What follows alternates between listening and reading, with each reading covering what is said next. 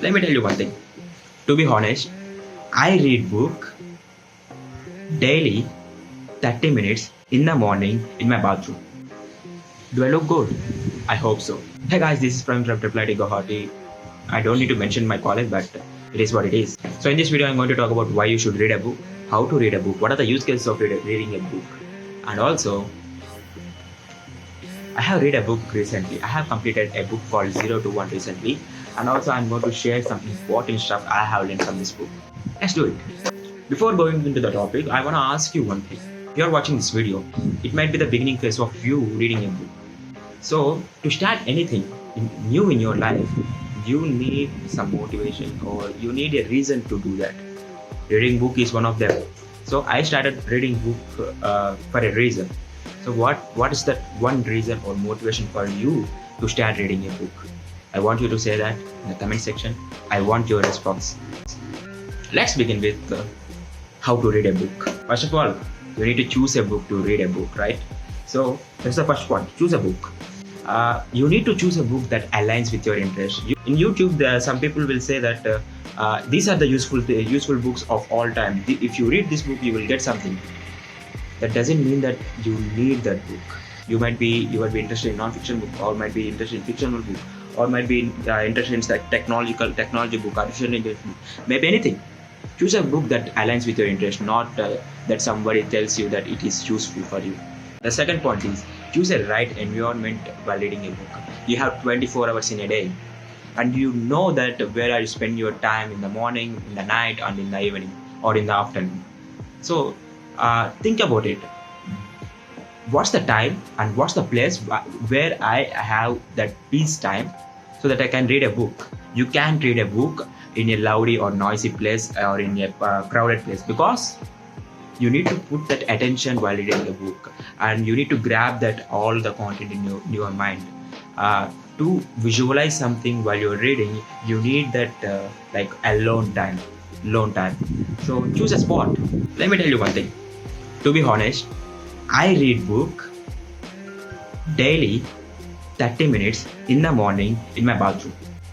While I'm in my what we call it, basic. Because bathroom is the most peaceful place where you can find peace other than any place in your day. You might be came across like you sing songs, you dance, you do everything that you can do in the open place. So I read book and so choose a spot for you, and also read at least for 30 minutes a day. That 30 minutes. Don't lie to me. Go to your settings and open that digital well-being. Open that and see your Instagram read time, screen time. It might be 2 to 3 hours. You're spending 2 to 3 hours on the shittiest platform ever. And this book, reading 30 minutes a day, is much more effective than using Instagram for 1 month. Before reading a book, here comes the important stuff. Before reading a book, preview that book.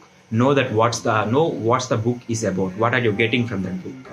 You can know it by reading the title, and also know about the author. Go to the Google, know about the author, what type of author he is, and what are the achievements he have done in the past. Peter Thiel is one of the greatest entrepreneurs in the world of all time. He built PayPal. Ritesh Agarwal, the youngest billionaire in India, is a student of Peter Thiel. And you can also see these things. Preview the book first and later go to the stuff. And the fourth thing, engage with the book. Reading, you can't read not like that. You have to read it very slowly until you understand. If you don't understand, read it again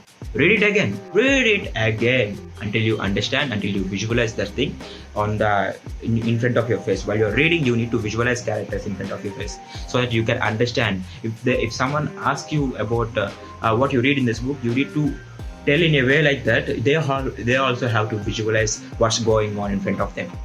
Fourth thing is, take your time. Reading is not a race. You can't read book like not like that. Take your time. Take some breaks if you wanna maintain some focus on reading a book, like 2 minutes break, not 5 minutes or 10 minutes or 20 minutes, because it will cut your flow. And the fifth important thing is take some notes, and also or even highlight some important topics. It's like a controversial thing because taking notes in the middle of while you're reading, it will cut your flow and continuity. So for that, you just need to like what is it? Highlight those things. And the last thing is apply it in the real life. Reading is half done, only 50%, but applying it in the real life takes courage, and it is more than 50% if you ask me. Apply what you read, what you learn. To talk about use cases, what not I can say?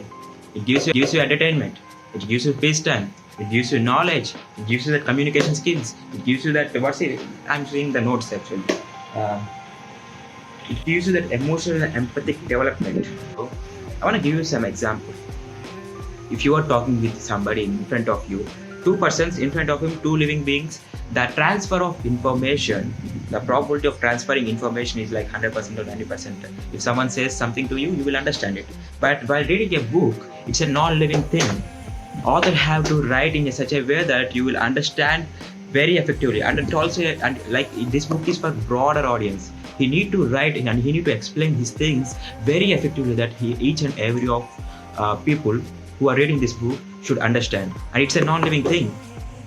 While reading book, I promise you visualize everything. So the way of explanation and public speaking, communication skills, everything you can learn from any book.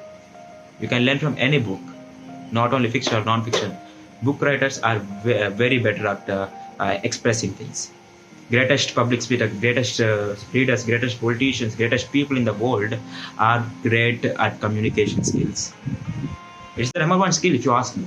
So recently I have completed this book called 0 to 1, and I want to mention 3 to 4 points what I have learned from this book, and I'm going to end this video.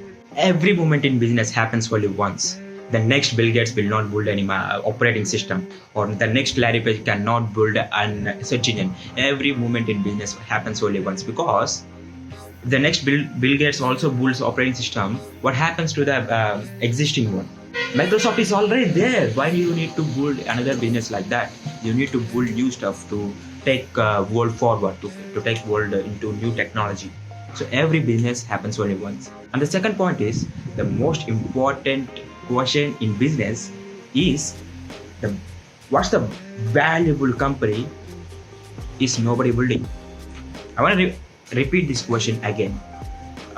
What's the valuable company is nobody building? Because every successful business right now, maybe Microsoft, maybe Oyo, maybe Facebook, maybe anything, these all companies must be valuable. If you want to build any valuable company, you can build any existing valuable company. Like you can build another Facebook because it already exists. Somebody built it.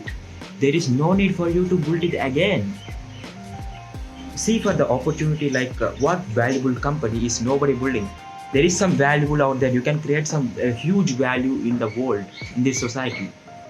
Find that one valuable company that nobody has ever built it before.